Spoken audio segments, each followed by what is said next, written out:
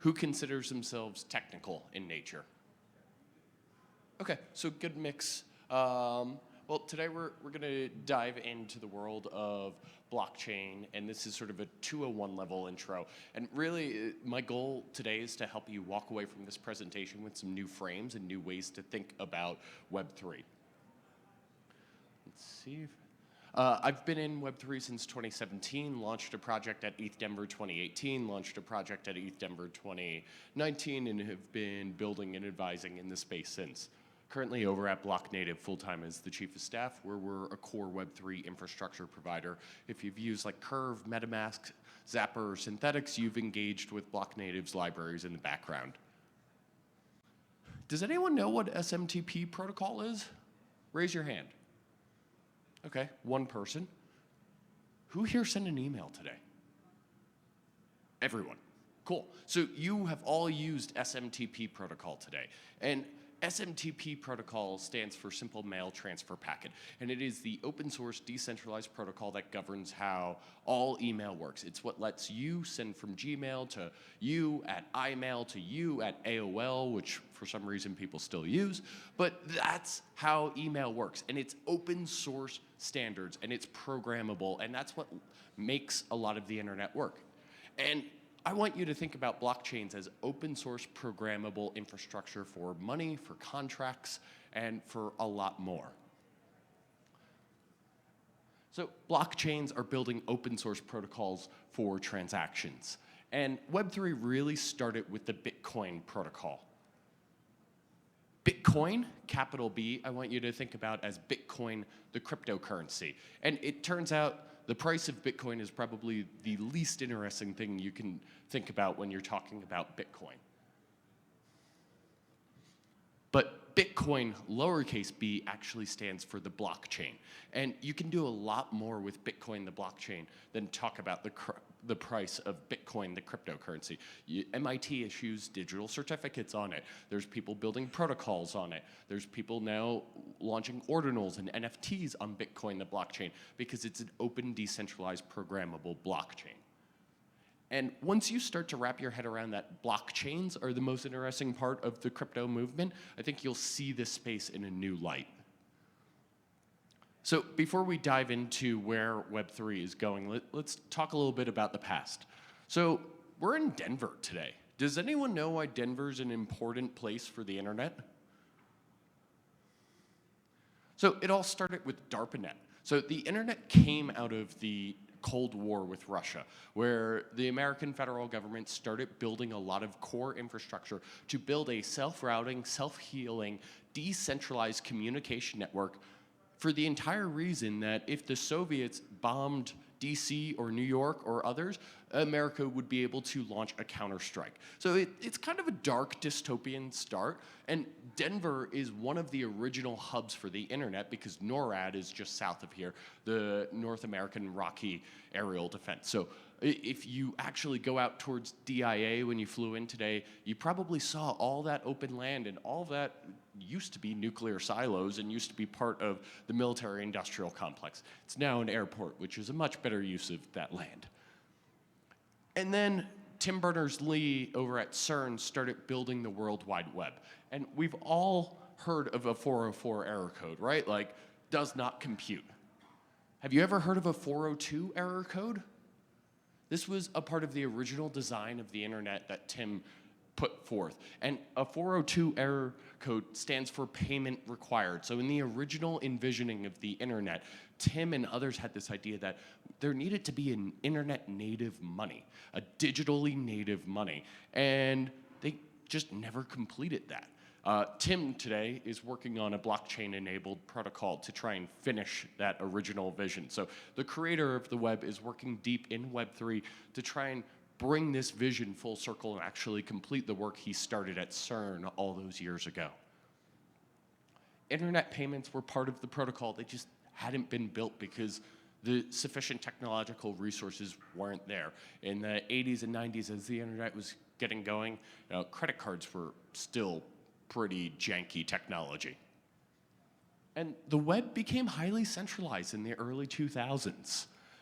Web 2 created these walled gardens of all of these different internet internet companies where they gave you these free services and you signed up and created and provisioned your data, but you couldn't easily port from Twitter to Facebook to Instagram to others. You were locked into these services. And the Web 2 model is very much an app interface user data model where you are locked in, and that's by design, so Web 2 companies can create moats and store and own your data. Web 3 is trying to change that, where the app interface model flips. So there's some protocols out in the world today, like Lens protocol, the decentralized social network that lets you own, control, and sign your data via a private-public key pair. So if you get pissed off at Lens, or if somebody builds a better front end for that protocol, you can pull all of your social graph, all of your historical content, all of your tweets from that Lens protocol to whatever comes next, because you own your own data. And this is a fundamental shift. It goes from internet companies owning and storing our data to us owning and storing our data. And I want you to think about Bitcoin to blockchains as Google is to the internet. It's a specific implementation versus generalized infrastructure. So Bitcoin, the cryptocurrency, is powered by Bitcoin, the blockchain, and we talked about how blockchains are far more interesting than just price. And Ethereum, the blockchain, is a smart contract platform, or is a platform for smart contracts, which are code, not contracts, and it's used by developers to build decentralized applications. Many cryptos are actually non-fungible tokens running on Ethereum and require the native Ethereum token to actually transact. USDC is an ERC20 token that runs on Ethereum, but it also runs on other blockchains. So you can take your USDC token and move it to Polygon, to Optimism, to Arbitrum, to Binance. And that token has the same value on all of those networks. And OpenSea is a dApp that enables anyone to buy and sell NFTs, which are unique tokens on blockchain networks. And I firmly believe that technology shifts the culture.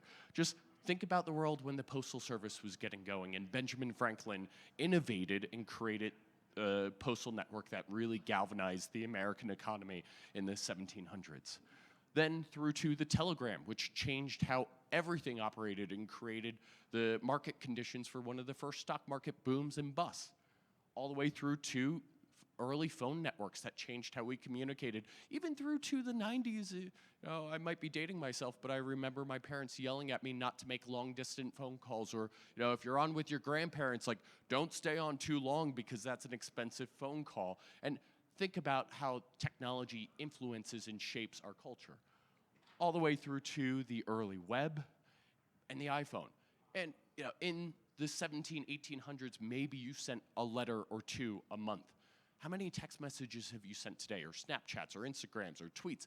The velocity of transaction, or the velocity of communication, has exploded because technology has enabled new paradigms and new ways of interaction. And we're at the start of a new wave of transactions powered by blockchains. Today, how many ACH payments do you do a month? Like, maybe you pay your credit card bill, maybe you pay your mortgage via an ACH. The last time I sent a wire took an hour on the phone yelling at a bank to figure it out. But then you look at the world of blockchains and how transactions are becoming programmable, and the velocity of transactions in the economy is going to explode over the next 5 years as crypto protocols move from the SMTP page, where they're kind of esoteric and a little bit hard to use, to the Gmail, Apple, iCloud stage, where they're really easy and accessible to use. And the number of transactions you'll do in your every single day will explode. As an aside, a friend of mine works for a DeFi protocol, and he's paid in a real-time streaming manner. So every second of every day, his wallet is accruing more and more balance, which is a dramatically different way to think than getting paychecks on the 1st and the 15th of every single month. Blockchains are transaction machines, and they are a new technological innovation that's going to shift the culture and dramatically change the way we engage with each other and with the world. And we're still developing the protocol. We are still at the early stages. There's some exciting innovations, like if you've heard people talk about account abstraction, I believe that will be one of the big unlocks that helps onboard the next billion users into blockchain-based systems. But we're still very much in day one of this industry. And we I believe, have not really had the AOL moment that onboards the next 100 million, billion people into this ecosystem. Let's talk a little bit about NFTs. Who here owns one? Cool. Who here has a POAP? Did anybody get any POAPs today? Those are also a form of non-fungible token. So ETH is a fungible token. 1 ETH is worth 1 ETH is worth 1 ETH, and if I was going to trade you an ETH, you'd let me trade 1 ETH for 1 ETH because they're worth the same. They're non-unique, digitally abundant, divisible, can be sent as fractional, useful for currency, securities, utilities. NFTs are non-fungible. They're digitally scarce, and they're not interchangeable. CryptoPunk number 1 is not worth the same as CryptoPunk number 2997, and if I wanted to trade one for 2997, you'd look at me like I was crazy unless I was paying you an oodle of ETH along with that. And they're generally based upon the 721 standard, although there are new non-fungible token standards that are coming online seemingly every month now. What are the benefits? They're scarce, they're authentic, they have a history of ownership. So some NFTs might be worth more only because you could see that at one point, maybe Vitalik owned that NFT and it was in his wallet. So there's maybe a little mystique related to that. They're transparent and there's revenue and royalty. So every time I buy and sell an NFT, the original creator is probably getting a cut down along the way. And Naval, who's one of the biggest gigabrains in the space, has this great tweet about NFTs tokenize all things. And we're going to move from a world where every protocol has a token to where every dApp has a token to where every single representation of an object has a token. But like, what actually is an NFT? So we have CryptoPunks, one of the most famous NFT collections. Your house is an NFT. You wouldn't trade one house for another house. They're varied based upon the location, based upon the number of bedrooms, and you can actually buy and sell houses as NFTs on OpenSea. There's some for sale right now. I'd even argue all of our identities are NFTs, and there's different projects that are looking to move non-fungible tokens into identity standards so we can more easily operate around this new decentralized world. Let's talk a minute about DAOs. Is anyone a member of a DAO? Cool.